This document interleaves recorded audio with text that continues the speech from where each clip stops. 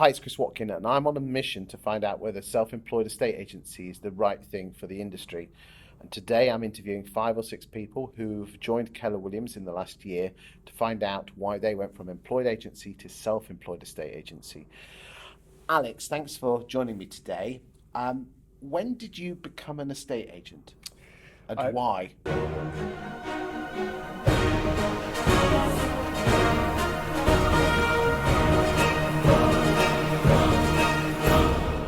Okay, so I became an estate agent at the age of 19, just finished college, working part-time at Tesco's, serving 2 ladies that were going on about why they always shopped in Sainsbury's, and they'd just fallen into the Tesco's, and I just got on well with them. And then the next person through just so happened to be a regional manager for a firm of estate agents. Okay. And he saw how I dealt with the 2 ladies, and he offered me an interview. Good stuff. And who was that with? That was with a company called King & Chase. Okay, so quite a well-known firm in London. Absolutely, yeah. Okay, so you went for an interview. Did you know anything about property? Not at all. Okay. Did you get the job? Absolutely, I did. Good yes. stuff. And Yeah. what were you, managing director at that point? Or No. T-boy? Trainee, but... How old were you at this point? 19. But within a couple of years, by the time I was 21, I became the top sales consultant in the entire company. Okay. Because what I did was I used my ears over my mouth, and I just listened to what my vendors and my clients were looking for, and we just paired people to properties. Okay. When did you make the jump to going to value and list? That was when I was about 22. Okay. I was given the great honour of the small house and flat department of King & Chase in the Horsham office. That was very eye-opening because the job was quite different to the job of a negotiator. Can you remember your first valuation? I can, yeah. Did you get it on the market? I did, yeah. I was very nervous. Okay. It was a flat in Horsham, 55 Linwood Court. We all remember our first, don't we? Absolutely, yeah. But it was just exciting because I think the thing about estate agency is it's about trust.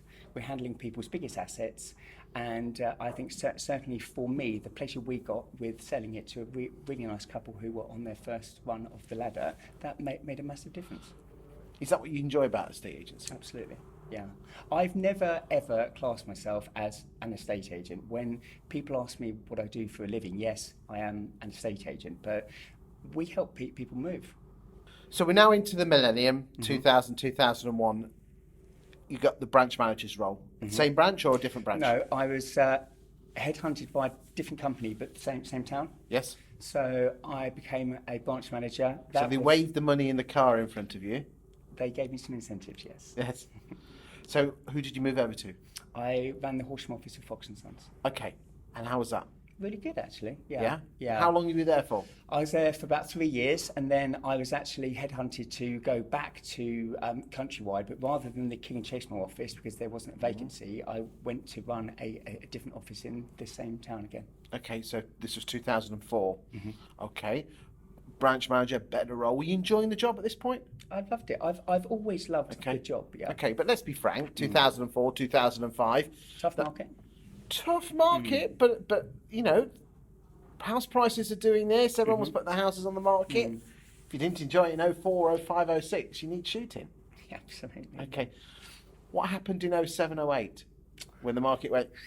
Well, it was a very challenging time. At that time, I was actually regional manager for King & Chase. Oh, so you've gone out of branch. Yeah. How did you enjoy going from branch manager to out of branch? It's a different skill set. Very tough. Because you couldn't have been that old at that point. Area manager, late 20s. Yes. Yeah. Yeah, that was really good. Well done, by the way. Thank you. What was the worst thing and the best thing about being an area manager, or whatever you called it?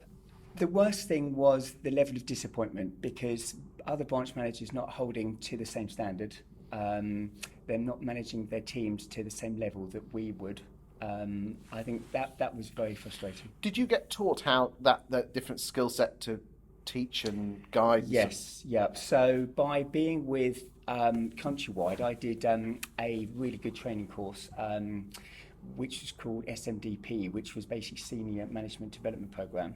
That was really good because that taught me a lot about how to deal with different skill sets, but most importantly, how to motivate the teams. Okay. So how long were you in that role with Countrywide as an area director then? Well, as an area manager, it was about 6 months because we had to, at that time, we had a failing office that I then went into to actually manage. Okay, that could have been seen as a demotion. I didn't see it as that because I saw it as a good opportunity to actually run a good What year was office. That was going into the end of 2008. Okay, so this is tough times. Mm-hmm. Did you have to take a step back on your salary, or? At that point, luckily not.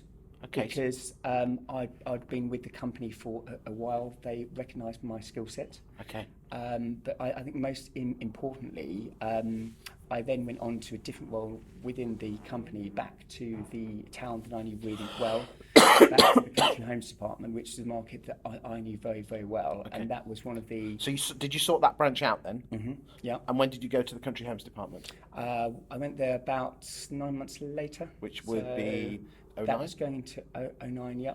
Okay, so how long were you at the Country Homes Department then? I was at Country Homes for a couple of years, and then I was given a really good opportunity to go and work for a different company, independent company that my wife used to work at when she went on maternity leave. Okay. And at that point, I needed a fresh challenge. Okay. And I was really pleased to have gone there. I stayed there for 7 years. Okay. So really, really good. Did you have any plans at this point of where you wanted to take your career, or were you just on the journey, just accepting as each year goes by? I think like many people, because it's such a fast-paced business, you sort of sit with the journey and go where the tide takes you, really. Okay. Were you enjoying the job at this moment in time? It was, again, it was a challenge, but it was a different challenge. I learned a lot from that business. Okay. So when I went over to the next company, again, I was able to use those skills there as well. So when after the Country Homes Department, where did you move then? I moved to Henry Adams in Horsham, which was a lovely business, yeah. And how long? When did you join them? I joined there in 2012. Okay, and how long were you there for? 7 years. So that's a good innings, because you've been flitting about, haven't you? Yeah, yeah. But on each of the occasions, I was always headhunted, so the businesses found me based on what skills I was able to offer. Were you enjoying the flitting about though? Because 7 years is a good chunk, isn't it? Absolutely, yeah, yeah. Okay. I think again, when you run a business and you want to do the best by your clients, you'll always be happy to move to a different business and actually do the same with them. Okay. So was there at Henry Adams? You were there for 7 years. What were your roles there? I was the senior branch manager at Henry Adams Horsham. Okay. Was there a chance to buy into the firm?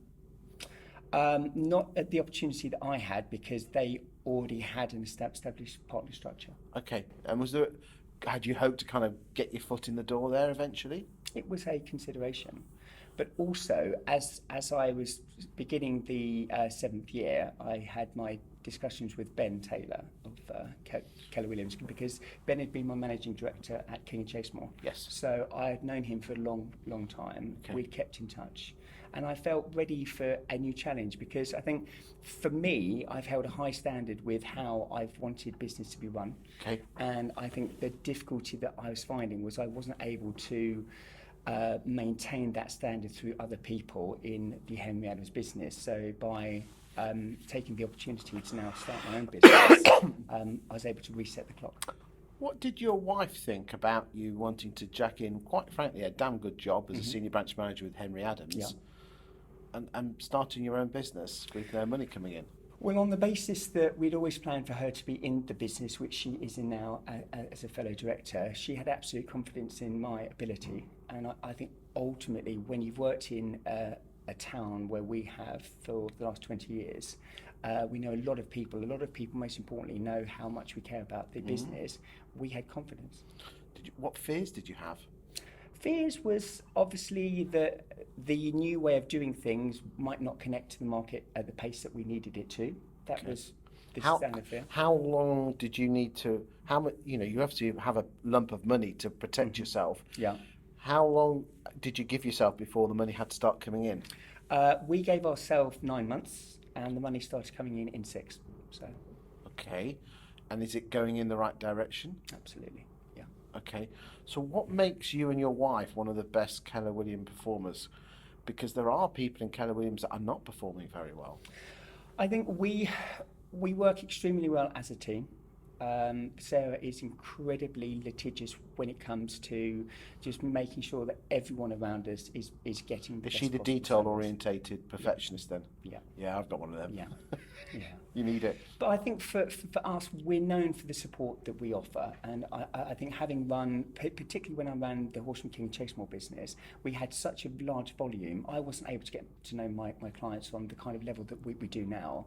And what we've now done, we've built a very longevity business where people are becoming our friends.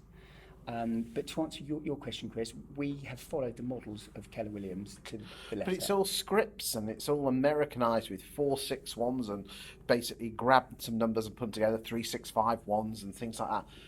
That doesn't sound awfully Horsham to me. If you take the bare bones out of it, the GPS 135... What the hell is that? I have no idea. I will explain. Okay. It allows you to have one goal, which is the most important bit. You've got your focus. What is your goal? My goal is a goal that will allow my family to have the lifestyle that we want. It's a monetary figure that also allows us to help 100 people move this year, selling 50 properties. And if there's one thing you could change about Keller Williams, what would it be? And please be honest and frank with me. I think I would like to see the agents that aren't doing particularly well to reach out to the agents that are, and just to get that dialogue going, because I think some people haven't necessarily persevered enough or have reached out enough. Because there are starting for stories to come through of people joining Keller Williams, EXP, Shaw Newman, who have not done very well and coming out and blaming the model, when in reality, probably if they look themselves in the mirror, the blame is probably more themselves. What would you say to those people?